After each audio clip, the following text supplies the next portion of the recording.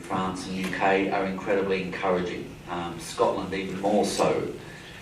But what is happening in Spain is quite extraordinary. We're seeing in a very short amount of time the absolute going from boom to bust in a very short amount of time. We're looking at figures of around 3,000 shops turning into about 300 in a period of less than 6 months.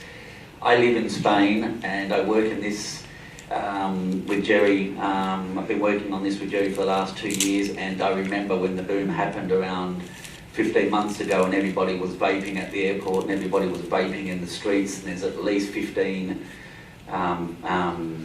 e-cigarette shops in the suburb I live in, Barcelona. But in the last 6 months it's extraordinary, the turnaround. There's been a massive campaign on TV which is very anti e-cigarette. There's been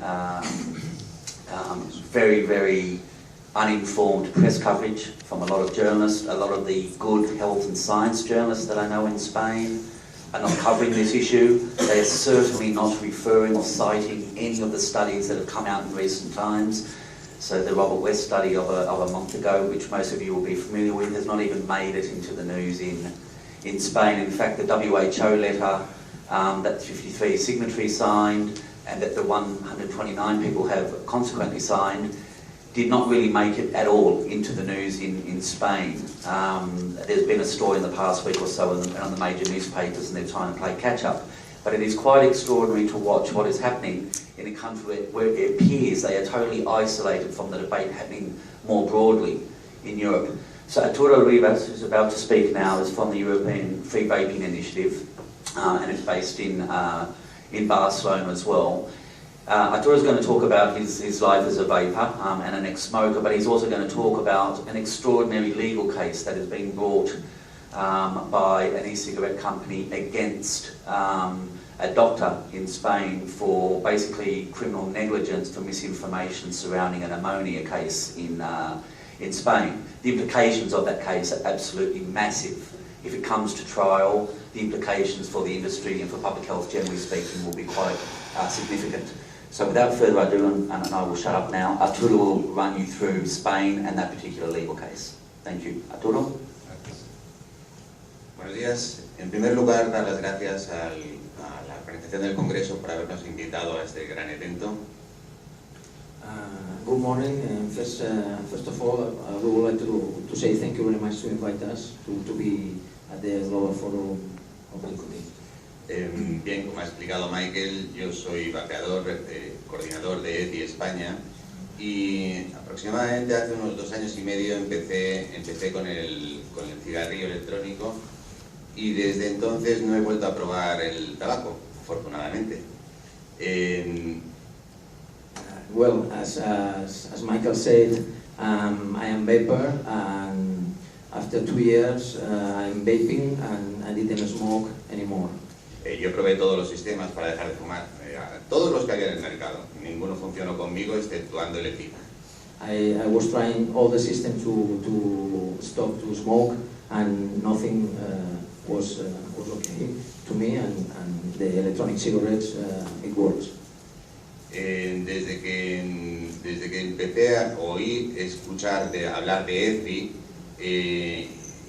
vi claramente de que tenía que apoyar la plataforma para defender los derechos de los vapeadores y el vapeo libre en toda Europa.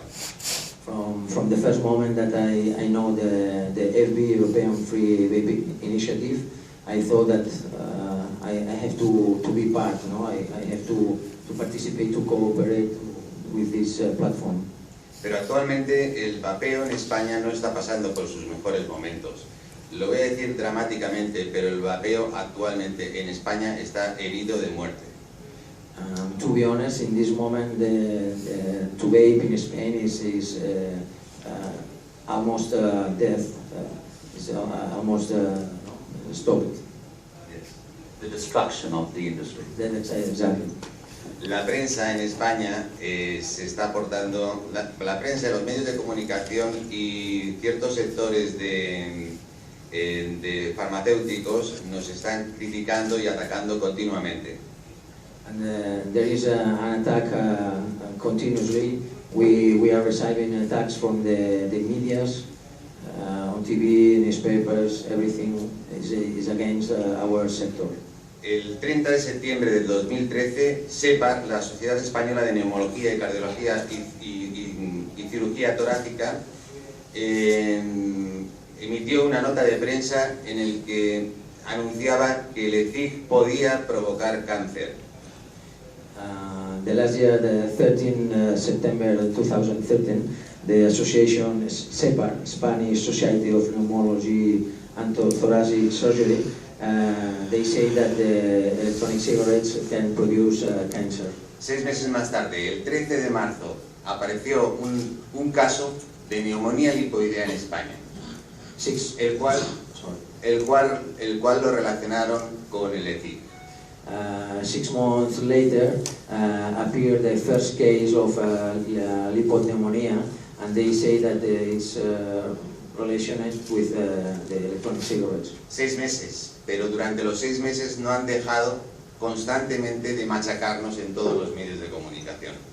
But during 6 months, every day they are attacking the sector, the industry of electronic cigarettes, continuously, or every day. Este mes de junio, ecig España realizó una encuesta en todos los medios en las plataformas que nosotros utilizamos, Facebook, foros, etcétera, para conocer el estado del ecig en España.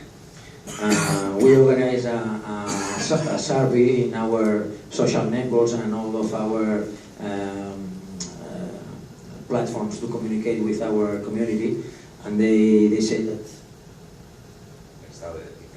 that to inform to the how is the electronic cigarettes market in Spain. En España las ventas han caído un 70%. The sales have fallen 70%. El 52% de las tiendas es un dato real, han cerrado.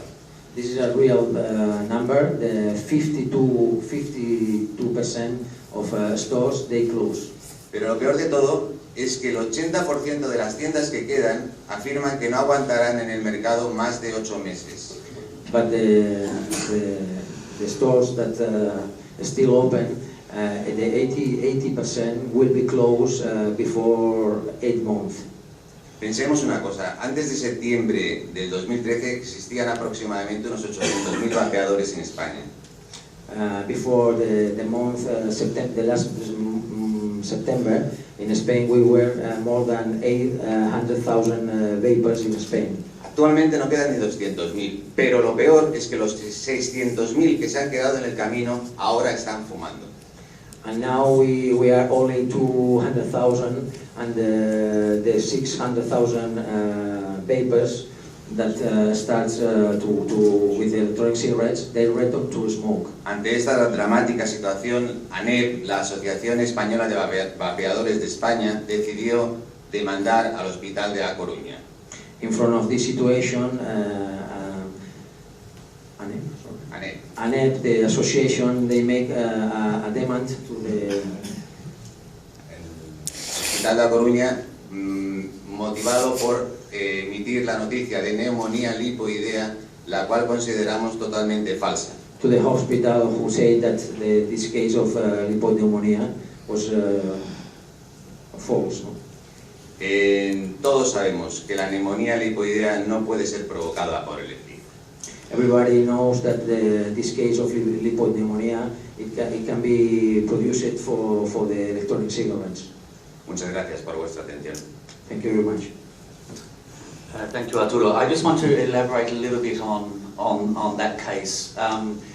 That case, to cut a very long story short, but if you want to speak to Arturo about it, feel free afterwards, but it's quite an extraordinary case. And Dr. Ricardo Peloso, who's sitting in the front row, put your hand up, Ricardo, is also closely associated with that case. To cut a very long story very short, it concerns a patient who is a long-time smoker, 3 packets a day, chain smoker.